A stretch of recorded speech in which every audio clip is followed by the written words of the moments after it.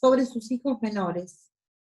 En principio tenemos que decir que el derecho no protege a quien causa un daño, y en realidad, una vez que una persona sufre un daño, la obligación real es la de dejar a la persona en la situación en la que estaba antes del padecimiento, en una situación de regularidad conforme a que sufra la menor cantidad de pérdidas posibles, tratando de que este daño injustamente sufrido vuelva las cosas al estado anterior. Todo tiene que ver con quién es el que ocasiona el daño. En estos casos, nosotros vemos que los adolescentes, los menores, son partícipes en la causación de muchísimas situaciones que son propias de las violencias, producto de las escuelas, de salidas nocturnas, accidentes de tránsito, una cierta cantidad de situaciones en las que el daño es sufrido injustamente a consecuencia de un acto de menores. La situación se debe fundamentalmente en este tiempo a una serie de consecuencias reales de lo que tiene que ver con la sociedad. Es decir, los padres cada vez están más ocupados, se enfrentan mayores tareas con la necesidad de tratar de llevar a su familia un mayor sostén económico, y en principio se diría que el niño se encuentra a la deriva. Esto hace que haya una falta de autoridad paterna, muchas veces existen nuevas autonomías por parte de los niños o de los adolescentes, y el derecho de daños no se encuentra apartado de esto. Ya lo regulaba Vélez en el Código, pero la realidad es que va increciendo la autonomía del menor, a punto tal de que esto no solamente tiene que ser tratado desde el punto de vista jurídico, sino desde el punto de vista psicológico, médico, sociológico. Hay una serie de aspectos que deberían ser tratados de manera interdisciplinaria. Pero en lo que a nosotros respecta, hoy vamos a hablar del artículo 1754 y 1755 del Código. Cuando en la producción del daño se entiende que interviene un menor, en principio los que deben tratar de establecer quién es el que es responsable de dicho acto, deberían tomar en cuenta no solamente al que supuestamente sería un inimputable, sino a quién fue el que sufrió las consecuencias dañosas. Es por eso que el artículo 1754, tomando de base el artículo 1114, 1115 y 1116 del Código de Vélez, establecen que los padres son solidariamente responsables por los daños causados por los hijos que se encuentran bajo su responsabilidad parental, y que habitan con ellos sin perjuicio de la responsabilidad personal y concurrente que pueda establecerle a dichos niños. En realidad, esto, como ya les dije, es muy similar al artículo 1114, que en el Código de Vélez determinaba que el padre y la madre son solidariamente responsables de los daños causados por sus hijos menores que habiten con ellos, sin perjuicio de la responsabilidad de los hijos si fueran mayores de 10 años. En caso de que los padres no convivan, será responsable el que ejerza la tenencia del menor, salvo que al producirse el evento dañoso, el hijo estuviese bajo el cuidado del otro progenitor. El Código señalaba la obligación de la vigilancia activa, que hoy es importante, pero que ya establece la responsabilidad de ambos padres como una responsabilidad parental. Esta responsabilidad parental refiere a que ambos son solidariamente responsables por sus hijos. El artículo 1115 del Código de Vélez establecía también que es una obligación solidaria a cargo de ambos padres, con la posibilidad de eximirse si acreditaban la transferencia de la guarda, o acreditaban la imposibilidad de evitar el hecho, o acreditaban que el niño se encontraba bajo el cuidado de otro. La realidad es que el Código prevé un supuesto especial de responsabilidad solidaria y objetiva, sin necesidad de tomar en cuenta cuál fue la intención de los padres, cuál fue la vigilancia activa que existía sobre ese menor. ¿Por qué? Porque hoy realmente ante la relajación de las costumbres que inciden en la familia actual, no se puede desplazar a terceros la responsabilidad que sí es suficiente y necesaria que exista sobre los padres con relación a sus hijos. Tomemos en cuenta que el código vigente hoy reconoce al adolescente con cierta autonomía, con cierta independencia, con cierta posibilidad, no solamente de cuidar de sí mismo en cuanto a su madurez psicofísica y emocional que se encuentra a partir de los 13 años, sino que respetando la Convención sobre los Derechos del Niño, que ya en el 89 establecía que debía preservarse el interés supremo del menor, los derechos y deberes de los progenitores sobre la persona del hijo establecían una dirección directa y necesaria a que éste se expanda y pueda alcanzar los fines últimos en cuanto a su realización personal. Por eso es que lo que el Código establece en el artículo 1754 es una responsabilidad desde el orden objetivo en cuanto a lo que el menor realice, si es mayor de 10 años y hasta los 18 años, deberá afectarlo de manera directa al menor y indirecta a sus padres. ¿Y desde qué punto de vista? Desde un punto de vista solidario. A esto tenemos que tomarle en cuenta lo que establece el artículo 25 del Código, el artículo 27, el artículo 30, el artículo 101, el artículo 260 que habla de los actos voluntarios e involuntarios. La responsabilidad solidaria de ambos progenitores por los perjuicios ocasionados por sus hijos a terceros, siempre que se encuentren bajo su cuidado y convivan con ellos. Esto está establecido como un límite. En primer lugar, cabe tomar en cuenta que esta responsabilidad de los padres se desarrolla mientras el hijo sea menor de edad, es decir, hasta que cumpla 18 años. Y es muy importante establecer que si el menor hubiera alcanzado la emancipación en razón de un matrimonio, también cesaría la responsabilidad de los padres a partir de la celebración de dicho matrimonio. No nos olvidemos que el matrimonio puede ser celebrado por los menores mayores de 14 años. Cuando el responsable de los hechos cometidos sea un menor de 18 años, responden en principio solidariamente por los daños y perjuicios los padres, los tutores, los acogedores, los guardadores, legales o de hecho, sobre los hechos que hubieran realizado dichos menores. Esta responsabilidad también podría asimilarse a la responsabilidad que el Código prevé para los principales por el hecho del dependiente, para los dueños de los animales sobre los animales y para los padres sobre los hijos, en cuanto a que es una responsabilidad eminentemente objetiva. La norma lo que intenta hacer es circunscribir el principio de que los padres del menor siempre deben estar atentos y vigilantes a lo que este niño realice o lo que este adolescente realice. La responsabilidad va a ser del orden solidaria. Ya no se habla de padres, sino que se habla de progenitores, tomando en cuenta las situaciones y las modificaciones que existen hoy en el derecho de familia. No nos olvidemos que esta parte del tratamiento de la normativa jurídica tiene muchísima relación con las obligaciones parentales que se establecen como fundamental objetivo en el desarrollo de la persona humana.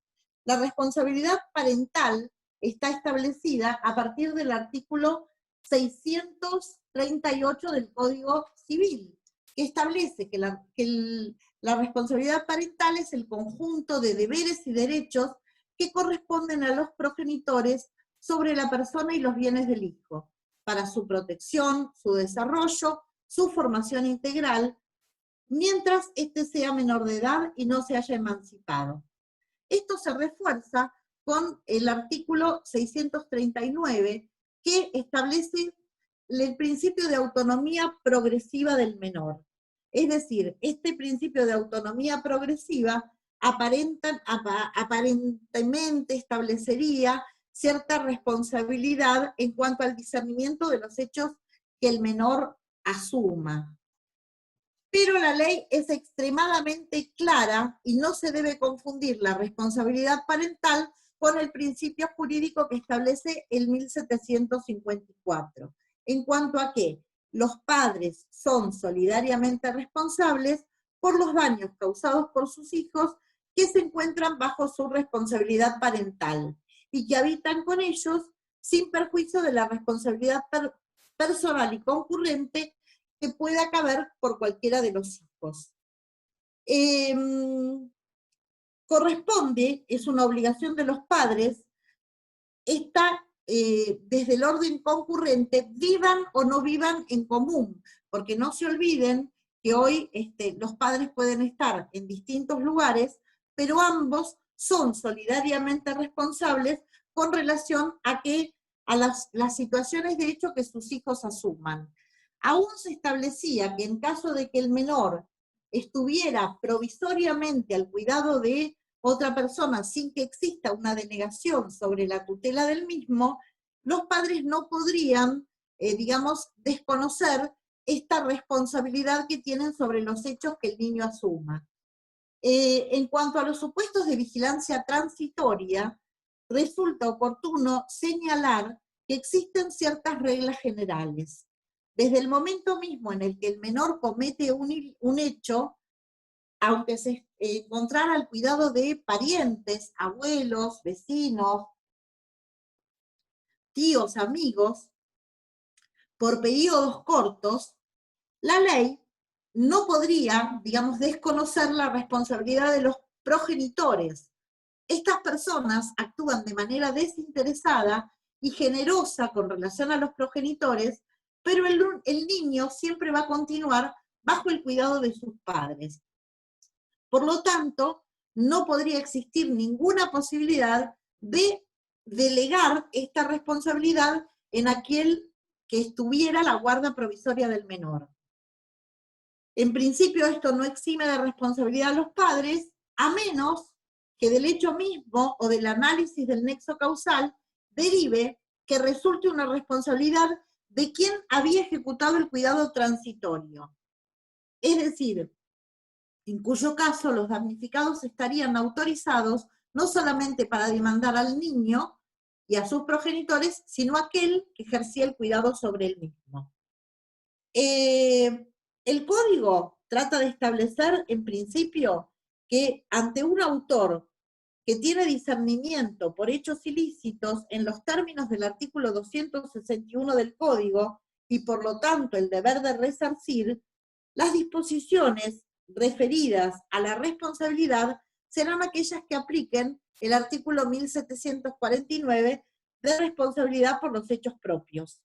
Es decir, la obligación de los padres por el hecho voluntario de su hijo será refleja y concurrente con la del menor. En primer lugar estaría como responsable el menor y en segundo lugar los padres de manera solidaria y concurrente. Pero si estamos frente a un acto involuntario por parte del menor, la responsabilidad es totalmente de sus progenitores y de forma solidaria con relación al evento. En cuanto al artículo 1755, se establece que la responsabilidad de los padres es del orden objetivo. Ya no queda ninguna duda en cuanto a lo que en algún momento el Código de Vélez señalaba como la culpa in vigilando. Los padres, digamos, antes de la reforma del Código, tanto la doctrina como la jurisprudencia aplicaban un poco el deber no solamente de garantía con relación desde el punto de vista objetivo a lo que el menor pudiera hacer, sino desde el punto de vista subjetivo se tomaba en cuenta la culpa in vigilando por parte de los progenitores con relación a sus hijos. Por lo tanto, si el padre demostraba que sobre el menor ejercía una vigilancia activa y no había podido, digamos, impedir el ejercicio ilícito, en principio estaba de alguna manera eximido de responder. El artículo 1755 es claro con relación al tema del factor de atribución que tiene que priorizarse en materia de responsabilidad paterna y establece que la responsabilidad de los padres es objetiva y cesa si el menor de edad es puesto bajo la vigilancia de otra persona, transitoria o permanente.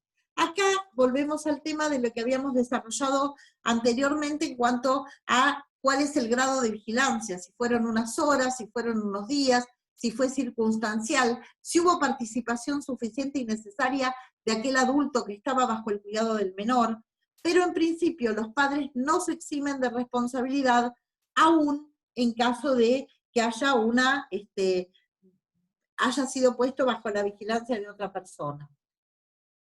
Los padres no se liberan, aunque el hijo menor de edad no conviva con ellos, si estas circunstancias derivan de una causa que les es atribuible. Los padres no responden por los daños causados por sus hijos en tareas inherentes al ejercicio de su profesión o de las funciones subsidiarias encomendadas por tercero. Un menor de edad entre los 16 y los 18 años que realice tareas remuneradas es responsable por todos los hechos que acarreen dichas tareas. Y por último dice que tampoco responde por el incumplimiento de las obligaciones contractuales válidamente contraídas por los hijos. Los menores podrían llegar a celebrar contratos y en ese caso la responsabilidad que surja por el incumplimiento contractual solo los convertirá en responsables a los menores. La disposición con relación a esto establece la responsabilidad por el hecho de los padres con relación a sus hijos de forma objetiva. Para eximirse de responder, lo que tendrán que acreditar es la ruptura del nexo causal. Es decir, que no podían impedir el supuesto de la posibilidad de que el menor no cause ningún daño al otro. Para hablar de responsabilidad paterna, los presupuestos de la responsabilidad objetiva son los siguientes. En primer lugar, tiene que existir un hecho ilícito del hijo objetivamente antijurídico. En segundo lugar, el descendiente menor de edad debe ser menor de 18 años, aunque la responsabilidad parental en cuestión alimentaria se extienda desde los 21 a los 25 años. Algunos autores entienden que la obligación de los progenitores de proveer recursos a los menores se extiende mientras ellos tengan la posición de estudiante y sin posibilidad de desarrollar cualquier capacitación profesional. Y en tercer lugar, el menor se debe encontrar bajo esta responsabilidad parental. El menor debe habitar con el padre responsable. Se requiere la convivencia con los hijos. Cuando el hijo deja de convivir, nos encontramos frente a la aplicación del 1755, que sería un caso de cesación de la responsabilidad parental. Pero no es suficiente la prueba por parte de los ascendientes de que les es inevitable la posibilidad de evitar el daño. En realidad, lo que se debe establecer es que el padre activamente procura que el menor tenga una conducta sociable y justificada. Tampoco el padre puede ser responsable por el incumplimiento de parte del menor de la asunción de riesgos en cuanto a sus tareas laborales. El desarrollo de la actividad remunerada por parte del menor lo convierte en responsable de sus actos. Y en este caso, el artículo 1755 excluye expresamente la responsabilidad de los progenitores en los supuestos en los que se le reclame al menor consecuencias dañosas producidas por el incumplimiento de una obligación contraída válidamente por él. En consecuencia, el deber de resarcir los daños ocasionados por el menor a terceros por los padres se encuentra restringida únicamente a los supuestos de responsabilidad extracontractual, ya sea porque no existió ninguna vinculación entre el menor y la víctima o porque el daño se causó en el marco de un negocio jurídico viciado de nulidad. Existen también otras personas que podrían estar encargadas del menor, y estos son los tutores, los curadores, los delegados. Los delegados en el ejercicio de la responsabilidad parental, tutores, curadores, son responsables como los padres por el daño causado por quienes están a su cargo. Sin embargo, se liberan, se acreditan que ha sido imposible evitar el daño. Fíjense que las causas de justificación en materia de responsabilidad para los tutores y para los curadores es más flexible. Ellos bastará que demuestren que les fue imposible evitar el daño para que se eximan. Tal imposibilidad no resulta de la mera circunstancia de haber sucedido el hecho fuera de su presencia. Esto no sería suficiente. Ellos deberán acreditar de forma fehaciente que no estuvo a su alcance la posibilidad de control. El código incluye a los responsables por los hechos de otro, tanto tutores, curadores, delegados de la responsabilidad parental, quienes deberán resarcir los daños ocasionados a terceros por las personas que se encuentren bajo su cuidado. Acá también hace referencia en la última parte en cuanto al establecimiento que tiene a cargo personas internadas, responden por la negligencia en el cuidado de quienes, transitorio o permanentemente, han sido puestas bajo la vigilancia y control. La responsabilidad es objetiva, pero es una responsabilidad agravada en el caso de los establecimientos, porque se asume desde el primer momento el deber de responder por los daños que se causen. Acá hay un factor meramente objetivo en cuanto a lo que es la responsabilidad en cuanto al cuidado. Los padres deben responder tanto como los tutores y los curadores. Pero si existiera, por ejemplo, una institución, un establecimiento de recuperación en cuanto a lo que tiene que ver con algún tratamiento emocional, la realidad es que el menor, el delegado no tiene la misma responsabilidad que los padres. El delegado es aquella persona que en situaciones de compromiso, por ejemplo, ante la internación de un menor por cuestiones de consumo de drogas, existe una responsabilidad de parte del dueño del establecimiento en cuanto al control del tratamiento del menor. Este sería un delegado jurídico que asume la responsabilidad de cuidado mientras se efectúe dicho tratamiento. Este delegado responde de una manera, digamos, efectiva y eficaz en cuanto a lo que tiene que ver con la situación de cuidado del menor. Pero si el menor escapa, en muchísimos casos lamentablemente existen menores que se fugan de los establecimientos y acá quedaría un vacío entre el menor fugado, cuya responsabilidad sería del delegado, y los padres que confiadamente han puesto a disposición de, digamos, dicho establecimiento la recuperación de su hijo menor. ¿Quién responde?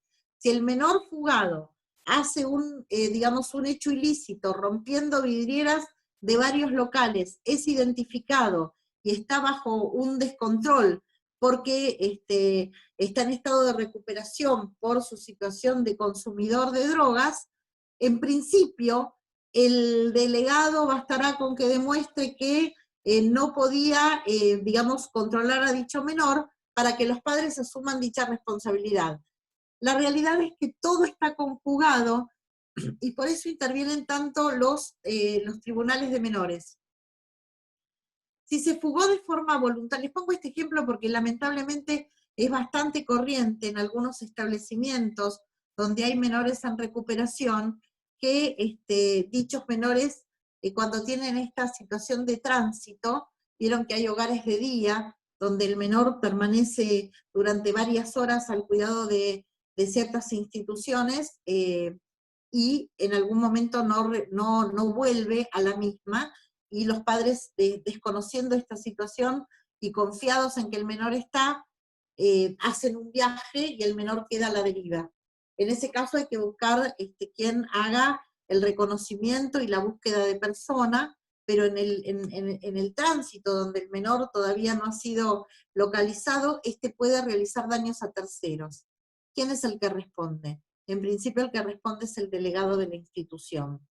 El código establece la responsabilidad de los establecimientos de internación por los hechos de las personas que se encuentran bajo su cuidado y supervisión, sea transitorio o permanente, aunque también está el supuesto que establece que dichas instituciones responden subjetivamente por el hecho de los internados, a diferencia de lo que ocurre con los tutores, curadores, porque no se consagra, en principio, una presunción de culpa a favor de la víctima, de forma tal que esta es una situación donde se debe probar la existencia de la negligencia por parte del órgano asistencial. Antes bastaba comprobar la negligencia de uno de los padres con relación al cuidado de los menores. Hoy la realidad es que todos deben estar atentos a los hechos que realiza el menor. En principio los responsables siguen siendo los progenitores por los daños causados por sus hijos. Tanto el padre como la madre son solidariamente responsables. Y la solidaridad está marcada por los progenitores, no por los padres, porque hoy se entiende que en la sociedad pueden existir dos personas del mismo sexo que asuman la responsabilidad con relación a sus hijos. No hay que dejar de establecer que el artículo 1754 establece que esta responsabilidad que ejercen los padres sobre sus hijos tiene que ver con la independencia en cuanto a la validez o nulidad del matrimonio o la situación de dónde se encuentran parados los padres con relación a su situación sentimental. Antes se hacía mucho hincapié en que si el menor estaba bajo el cuidado de uno de los padres, el otro podía acreditar que no tenía la vigilancia activa y por lo tanto podía ser eximido. Hoy la ley establece este control, esta situación jurídica de manera objetiva, tomando en cuenta fundamentalmente al menor, a la víctima y a la responsabilidad concurrente de los padres. Por eso es muy importante que restablecer que aunque los padres no sean convivientes entre sí, ambos responden de forma solidaria, porque se establece el factor objetivo de atribución de responsabilidad, que es muy importante. En caso de divorcio, separación personal o nulidad de matrimonio, la relación entre los padres y los hijos, en principio, aunque no se compartan actos simples de la vida cotidiana, existe la posibilidad de participar o intervenir en los actos trascendentes del menor. Por lo tanto, el deber de cooperación debe ser suficiente y necesario en todo lo que tenga que ver con la repercusión en la formación del hijo. El deber de cuidado personal de los hijos prosigue en cualquiera de las modalidades que se asuma, alternativa o indistinta. En caso de cuidado unipersonal, es obligación del progenitor que realiza informar al otro sobre las cuestiones de cuidado y educación. Los padres pueden presentar un plan de parentalidad que contemple aspectos vinculantes al cuidado del hijo. En muchos aspectos, el hijo termina siendo rehén de los padres. Y esto tiene que ver con cuestiones de familia graves, donde el menor está bajo el cuidado de la mamá, el papá no interviene demasiado, pero ante hechos que podrían llegar a ser, digamos, graves, como por ejemplo que un menor se escape del colegio y dañe en la vereda a otro de sus compañeros, con cintas elásticas. Hay muchas situaciones de violencia que se suceden fuera del establecimiento, pero dentro del horario escolar. Ambos padres, aunque el conviviente con el menor sea la madre, el padre debe ejercer la misma responsabilidad parental con relación a los hechos ilícitos que se sucedan con relación a sus hijos. Esto es muy claro. Artículo 1754, 1755 y 1756 del Código vigente. El interés es el interés supremo del menor. El artículo 643 del Código establece que en el interés del hijo y por razones suficientemente justificadas, los progenitores pueden convenir un ejercicio de la responsabilidad parental y que sea realizado por el que establece la responsabilidad o por una persona idónea. A esta persona idónea se la consideraría el delegado. El artículo 1755 aclara que no cesa la responsabilidad en los supuestos no cesa el supuesto de responsabilidad parental, lógico para conservar la titularidad de la responsabilidad parental. Esta situación podría ubicarse al progenitor en caso de que el cónyuge o conviviente que vive con quien tiene a su cargo el cuidado del menor o del adolescente debe cooperar en la crianza y la educación del hijo del otro. Según estimo, no es responsable de los daños que... Estoy leyendo esto, chicos, que tiene que ver con situaciones en las cuales el menor se queda bajo el cuidado del concubino de la madre. Si el menor se encuentra bajo el cuidado del concubino de la madre en horario en el cual la madre sale a trabajar, la que sigue siendo responsable del menor sobre los hechos que el menor realice es la madre del menor y el padre del menor. El concubino podría llegar a ser responsable en caso de que se demuestre que su participación fue necesaria y suficiente para que el menor agrave la situación ilícita. Por último, para quedar un poco en claro, tengo que resaltar la importancia que este nuevo código establece con relación a la evolución que han sufrido los menores y la responsabilidad, vuelvo a insistir, objetiva en cuanto a el accionar de los hijos. Se dispone una restricción conforme a la cual el menor tiene que estar obligado a resarcir daños si tuviera, digamos, el patrimonio suficiente como para responder con relación a los daños causados. Vuelvo a repetirles que la fuente fundamental que toma en cuenta una pregunta en el supuesto de que los dos progenitores están separados y uno conviva con, a ver, no entiendo.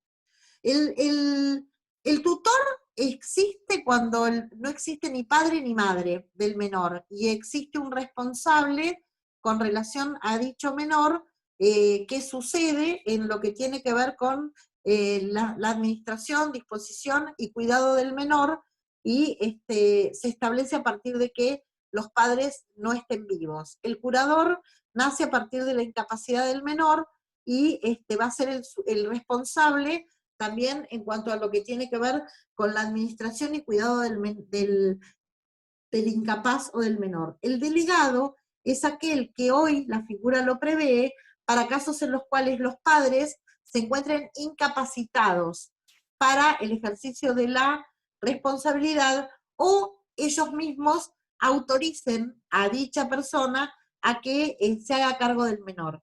Lamentablemente, en cuestiones de familia, hoy existen muchas situaciones en las que los padres, más allá de la voluntad de crianza sobre sus hijos, se encuentran incapacitados materialmente para realizar la función de educación, cuidado y asistencia que el menor requiere durante todo el desarrollo de su vida, desde su gestación hasta sus 18 años, que es el momento en el cual hoy la ley lo considera adulto.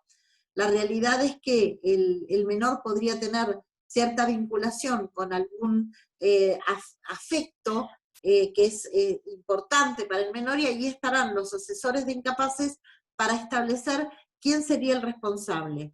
El delegado puede ser a pedido de la familia o puede ser establecido de manera de oficio, pero es el que asume la responsabilidad sobre el menor. Algunas establecen que delegados también pueden ser transitorios. Estos delegados, de hecho, son aquellos que quedan bajo el cuidado de los menores cuando los padres se van de vacaciones, y sin ser abuelo, padre o tío, es el que lo va a representar. Cuando el Estado, no leo las preguntas, la verdad es que se me van muy rápido y no las puedo leer, chicos. Si quieres se las leo. Dale. A ver, le leo desde las primeras. Por favor. Bueno, profe, si uno de los progenitores no convive con el menor, ¿puede estar exento de la responsabilidad por por el hecho entonces?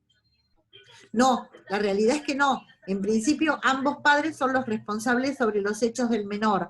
El progenitor que no convive con el menor, para liberarse de la responsabilidad, deberá cortar el nexo causal. Es decir, deberá demostrar que no estaba bajo ninguna posibilidad de ejercer el normal control sobre el niño. Los padres hoy son ambos responsables de todos los hechos que sucedan sobre los menores. No existe ningún eximente en principio. Otra que hacen acá es, en caso de que los padres aún notificados, estos no responden con bienes y si no tienen, ¿por qué aquí? No entendí bien la pregunta, sinceramente, esa me la voy a La saltar. realidad es que, miren, el menor puede tener patrimonios, hoy la ley establece la posibilidad de que existan patrimonios separados, tanto si entre los padres, entre sí, a las personas hoy pueden separar sus bienes, y esto está totalmente justificado por el nuevo código, y el menor puede tener bienes propios, derivados de una donación, derivados de una adquisición gratuita por una renta vitalicia que se le establezca al menor o a favor del menor hasta que el menor sea mayor de edad, y en este caso, si el menor tiene patrimonio propio, se establece la responsabilidad concurrente entre los padres y el menor, siempre y cuando el menor sea mayor de 10 años. Si el menor es menor de 10 años, los únicos responsables son los padres de manera solidaria. ¿Sí? Ahora otra es, ¿quién sería un delegado? Y a ¿Tiene su misma vez, responsabilidad que los padres? no, volvemos a la pregunta, ya se las contesté. El delegado en principio no tiene la misma responsabilidad que los padres, es aquel que ejerce un cuidado Si el delegado fuera un delegado permanente, sustituye a los padres y habría que ver la situación puntual, porque hay muchos casos en los cuales, si bien no está establecida la suspensión de la patria potestad con relación a los padres, ya no se habla de patria potestad, ya se habla de responsabilidad parental. La responsabilidad parental la ejercen los padres, los tutores, los curadores y los delegados. Los delegados son aquellos adultos mayores que asumen responsabilidad sobre los menores. Ahí hay otra. Una pregunta, en el supuesto que los dos progenitores estén separados y uno de ellos conviva con otra persona en el mismo lugar donde vive el menor. Ese tercero, por ejemplo, un padrastro, ¿es responsable en algún caso? Mirá, con relación a los hechos que el menor realice, no es responsable el padrastro, no, salvo que el padrastro se convirtiera en delegado en caso de que la madre esté ausente. Si la madre del menor ya no existe, no, se fue de la casa y el menor quedó bajo el cuidado del concubino porque el padre está en otra ciudad, el responsable sería como delegado de hecho. Las situaciones con relación a los menores deben estar bien fundadas, bien controladas y totalmente cuidadas por la asesoría de incapaces. No existe ninguna posibilidad de que los padres eximan su responsabilidad, salvo que los coloquen en un establecimiento, que es lo que establece el artículo 1755 del Código vigente y el 1756. ¿Sí? Bueno, la siguiente está relacionada, creo que la respondió con eso, que era cuando el Estado se hace cargo, ¿lleva la misma El, responsabilidad que los padres que no Vuelvo a están en caso decirles, de ilícito? el artículo 643 establece que en el interés del hijo y por razones suficientemente justificadas, los progenitores pueden convenir que el ejercicio de la responsabilidad parental sea realizado por un pariente u otra persona idónea. Este sería el delegado, un pariente u otra persona idónea. Fíjense, chicos, que hoy se llega sin tener la madurez suficiente a ser padre. Cuando uno habla de un menor que tiene 14 años y que es padre de un niño.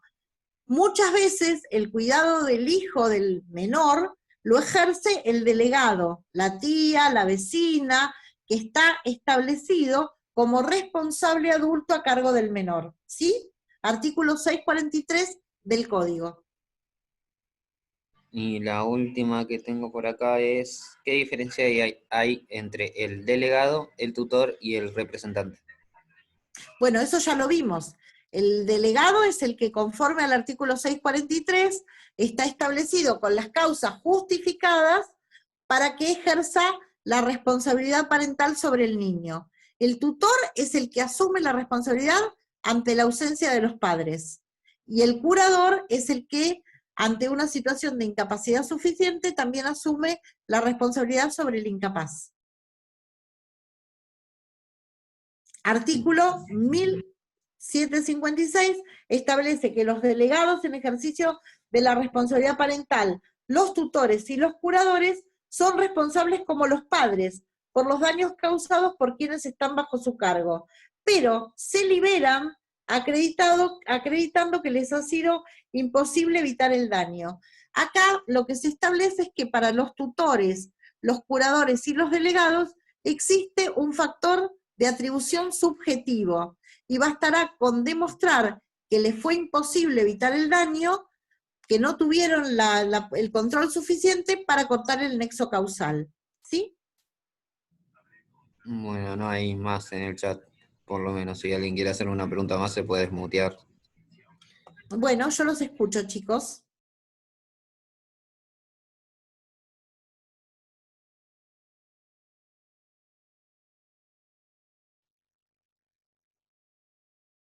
A todos, muchas gracias. Gracias por haberme tenido paciencia, gracias por escuchar. Espero que esta clase les sirva y nos vemos la próxima. Genial. Gracias. Cierra.